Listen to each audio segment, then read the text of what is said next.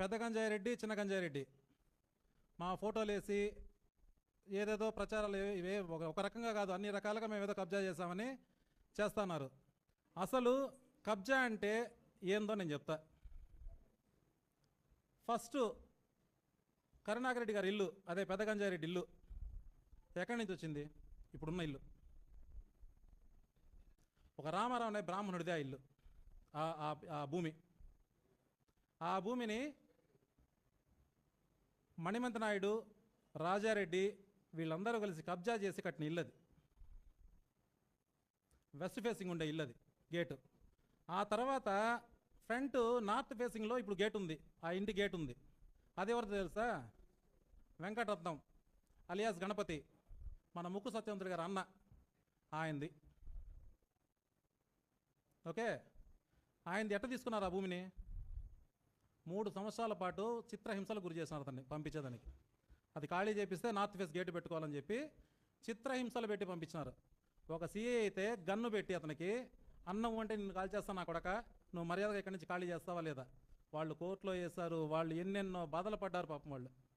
అయినా వాళ్ళ వల్ల కాల పోవడానికి చివరికి ఖాళీ చేసి వెళ్ళిపోయారు. ఆ గణపతి చనిపోయాడు కూడా ఆయన. అది కబ్జా.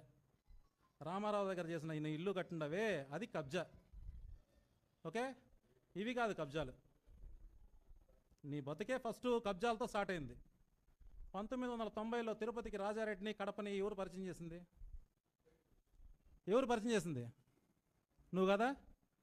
సిద్ధార్థ ట్రావెల్స్ దగ్గర కూర్చొని కడప నుంచి రాజారెడ్డిని తీసుకొని వచ్చి కమాండర్ జీబుల్లో నాటు తుపాకులు బయట పెట్టుకొని ఎవరు చేసింది? అక్కడి నుంచి కబ్జా సంస్కృతిని స్టార్ట్ చేసింది నువ్వు. ఇప్పటికీ తిరుపతిలో రాజారెడ్డి బాధితులు ఉన్నారు, కబ్జా చేసిన కుటుంబాలు. రాజారెడ్డి బాధితులు ఉన్నారు తిరుపతిలో, తీసుకురమ్మంటాం అందరినీ. అది కబ్జా. ఇంకా రౌడీయిజము అంటే నీ ఇంటితోనే ఇంకా కబ్జాలు బయటికి తీస్తాం. ఇప్పుడు నీ గుర్రపు స్వారీ, చిన్న గంజారెడ్డి గుర్రపు స్వారీ కోసము తనపల్లి రోడ్డు పక్కన, తనపల్లి వెళ్ళే దారిలో రోడ్డు పక్కన ఉంది ఫామ్ ల్యాండ్. దాంట్లో ఎన్ని ఎకరాలు కబ్జా చేస్తున్నావు నువ్వు? మొత్తం చిట్టా మా దగ్గర ఉంది, తీస్తాం బయటికి కూడా దాన్ని కూడా. ఆ రోడ్డు కోసం, ఆ రోడ్డు లేదని చెప్పి రోడ్డు దిగిపోతే అక్కడున్న ల్యాండ్ యజమాని ఒక అతన్ని చిత్రహింసలకు గురి చేసిన అతను కూడా. మొత్తం అతని చెట్లు, టేక్ చెట్లు అన్నీ కొట్టేసి, మీకు తెలిసే ఉంటుంది, అతను కూడా మీడియా ముందుకు వచ్చాడు. కబ్జా కదా అది.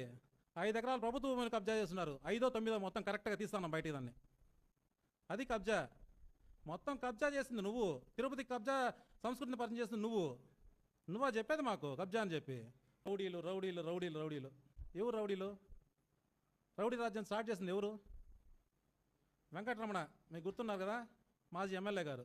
ఆయన్ని ఒక టైంలో మహిళా యూనివర్సిటీ నుంచి బొలెరో వెహికల్లో ఎక్కించుకొని కొట్టుకుంటా తీసుకొచ్చి కడప రోడ్లో వదిలిపెడతారు. తెలుసా మీకు? మీ అందరికీ కొంతమంది పాత వాళ్ళు తెలుసుంటుంది, కొత్త వాళ్ళు తెలుసుండదు.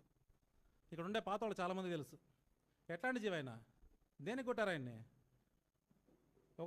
మంచి తిరుపతిలో ఒక మంచి సామాజిక వర్గానికి చెందిన వ్యక్తిని తీసుకొని పోయి నువ్వు అట్లా కొట్టి అక్కడ వదిలిపెట్టి, ఎవరు రౌడీజము? దాన్ని సపోర్ట్ చేసింది ఎవరు?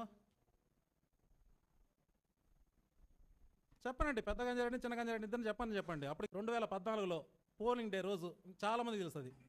పోలింగ్ డే రోజు నీ ఓడిపోతామన్న అక్కసుతో ఎట్లా చూపించుకోవాలి అర్థం కాక జీవకంలో గురుకుల స్కూల్లో ఆయన మీద చేయి చేసుకుంటావు నువ్వు. ఒక ఎమ్మెల్యే క్యాండిడేట్ ఆ రోజు చేయి చేసుకున్నావు. ఎవరు రౌడీజము? ఎవరు రౌడీలు?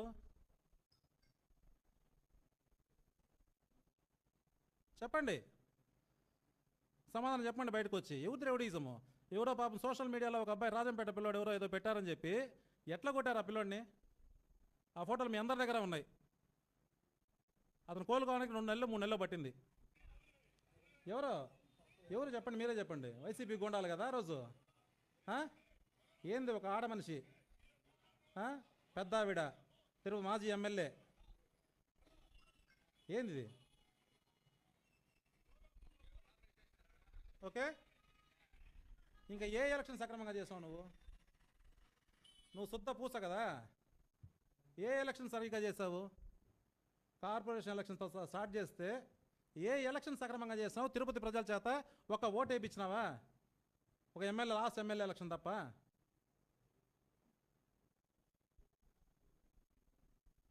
అది రౌడీజం అంటే. పట్టుకొని అందరినీ రౌడీలు రౌడీలు రౌడీలు అనుకుంటా. నువ్వు రౌడీ, పెద్ద రౌడీ నువ్వు తిరుపతికి, చిన్న రౌడీ నీ కొడుకు.